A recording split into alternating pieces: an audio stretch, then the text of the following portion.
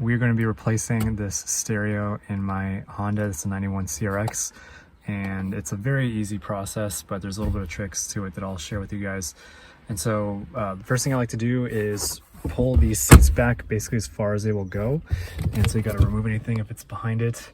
And I just stick it back there. Same with the driver's seat, because basically the first thing I'm going to be doing is undoing 6 Phillips screws. So they basically 1, 2, there's one hiding under the dash right there, or I'm sorry, the glove box.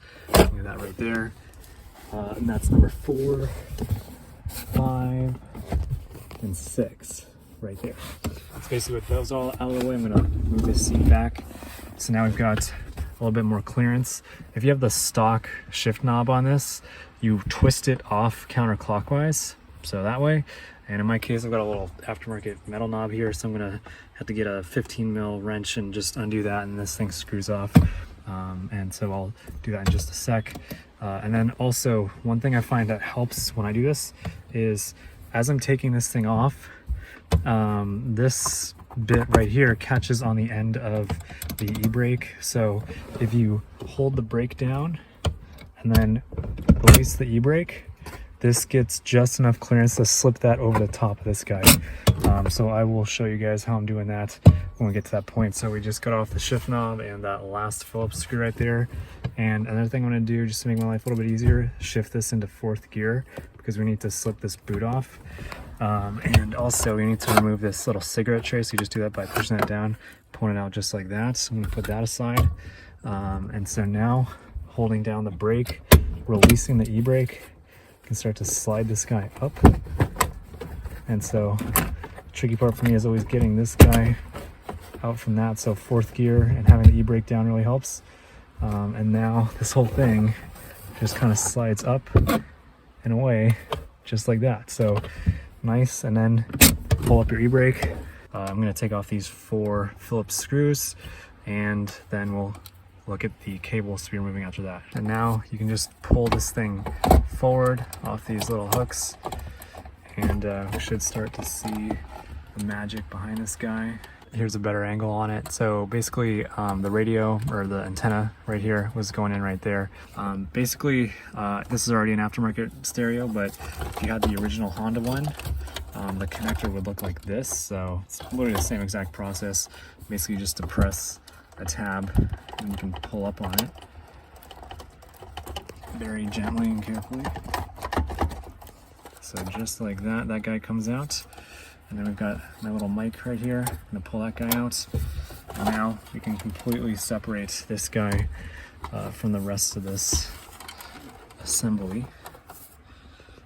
And so if all you're doing here is taking out the stereo, you can stop pulling cables. And so what I'm gonna do on this guy is just push this forward. And I'm gonna do that off camera. Basically, just pulling this guy out. It's a pretty straightforward job. And that is our old stereo. All right, and so now we're doing the fun part, which is basically soldering together all the wires that will connect the stereo side connector to the Honda connector. And so basically all these things have different colors. Like this is white with a black stripe on it, and there's also a solid white here. And so basically this whole thing is just linking all these colors together on both these sides, so that you're basically converting the Honda connector to the stereo speaker that actually goes into the stereo right there. And so basically you're going to be using a bunch of tools over and over again. Got our little wire stripper right here, got some solder, got my soldering iron, got some whatever you call this stuff to basically clean off the soldering tip every time you put on a new one. Also need some heat shrink right here, and a little lighter to basically shrink the heat shrink afterwards. And this is what it should look like.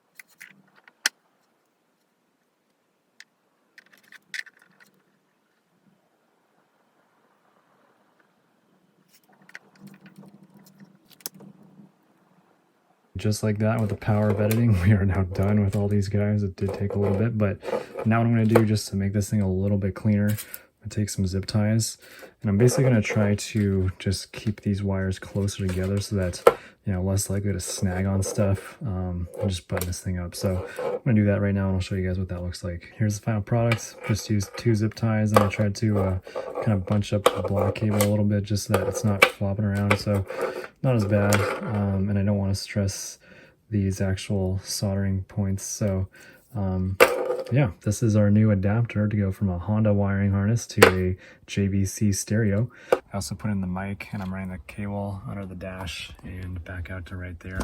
I got that plugged in here. And the other thing I have is the actual radio antenna part that's going to go right into there. Obviously this depends based on the model, but in our case it just shoves right in there like that. And now I'm going to connect this guy into there.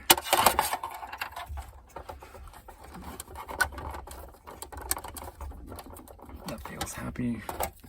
And then this guy is going to go onto there. I'll do that off camera. And then we can put this all back up in there, put in the screws, button it all up. I'll be ready to hit the road. Just shove this all back on. Haven't put on the trim, but this is looking good. And got a little USB thing here, and you can hear the radios working fine, which is awesome. And I'm just gonna mess around now with the settings and stuff and make it the way I want, but I think we are done here. So made it this far. Thank you all for watching. If you're doing this, good luck, and I will talk to you guys next time. Be well.